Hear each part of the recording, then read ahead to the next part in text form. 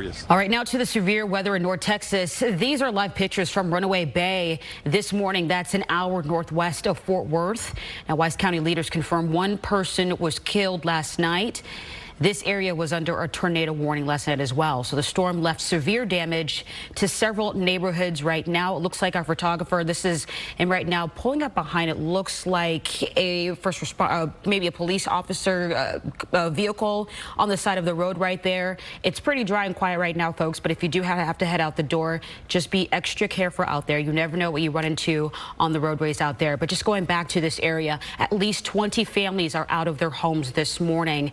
So county leaders say that numerous injuries were reported as well. And again, one person was killed. So we're working to learn more about what happened.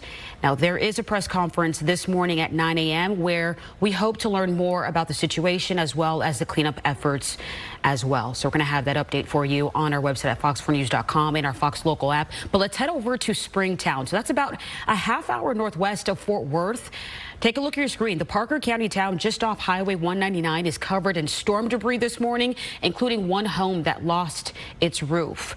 Now, the city also says a fire was reported at the beginning of the storm. There are no reports of injuries so far. And it was mostly rain and lightning in the Dallas-Fort Worth area. So this video is from Hewlin Street over in Fort Worth. Now you can see much of the area was underwater last night.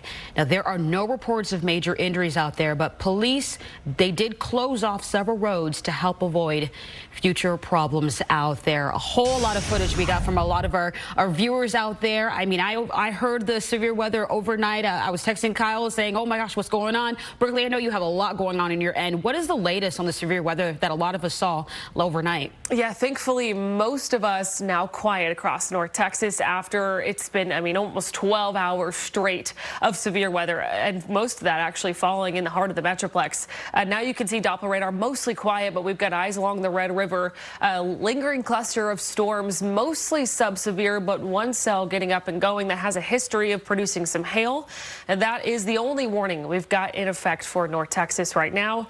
That is set to expire at 6:15, though I could certainly see this being reissued as this continues to move to the east. Its current track right now, it's moving through the eastern half of Grayson County into Fannin County at about 30 miles per hour. The biggest concern with this, as you can see there, that bright pink spot, that's our hail core. Current radar estimates are about 1.5 inches, were the size of a ping pong ball. So certainly impactful hail. And again, we've already had confirmed reports out of Denison and Sherman of at least $quarter to $half sized hail.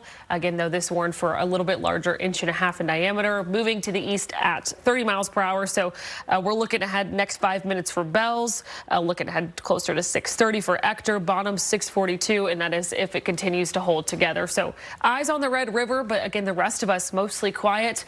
And this area was painted in red and yellow over the past 12 hours, a mix of tornado watches and severe thunderstorm watches.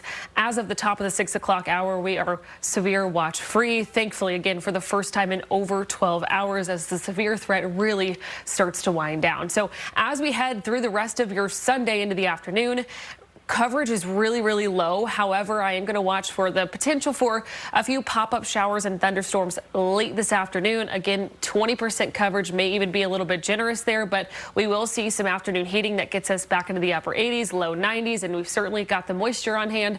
So keep an eyes on that, but nothing to the extent of what we dealt with overnight and early this morning. I'll get you a closer look at that, and we'll do another recap of the storm damage coming up in just a bit. All right, Berkeley, thank you so much. Okay, power outages continue to be a major concern this morning. So you're taking a live look at Encore's outage map this morning, where 21,000 people are waking up in the dark. Now, the outages are scattered across the Metroplex, with the most damage to the north and west of DFW. Now, by the way, to report an outage, just text the number on your screen. You can send the word out to 62667. Again, out 62667 if you're having issues out there. We're also watching road conditions across the Metroplex after we saw major flooding last night. So these are live pictures in the area of Lake Worth, where we saw reported flash flooding as well.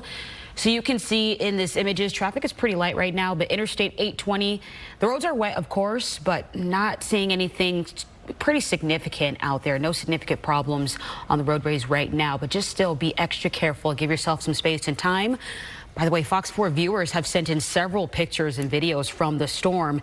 This one comes from Kelly in Euless. You can see the bright flashes in the sky from the lightning out there. Quite the light show. Well, so far, we are not hearing any reports of major damage from the lightning in the Dallas area. Now, if you did not receive those emergency alerts last night, now is the time to download the WAP. We'll send you a notification straight to your homepage when severe weather gets close.